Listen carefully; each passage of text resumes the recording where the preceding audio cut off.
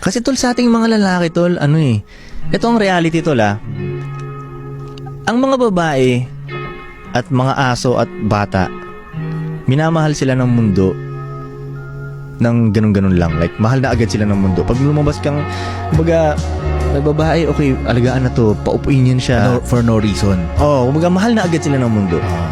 Ang reality niyan tol, para sa ating mga lalaki, mamahalin lang nila tayo pag meron tayong napoprovide na something.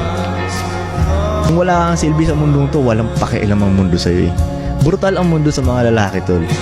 Kung di ka makaka-provide, or kung hindi ka malakas, or hindi kahit anuman, wala kang silbi, walang makakita sa'yo.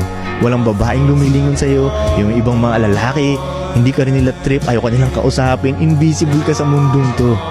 So kailangan may malalapag kang something. Yun ang reality. Kumbaga yung value natin tol, hindi tayo pinapanganak na may value agad.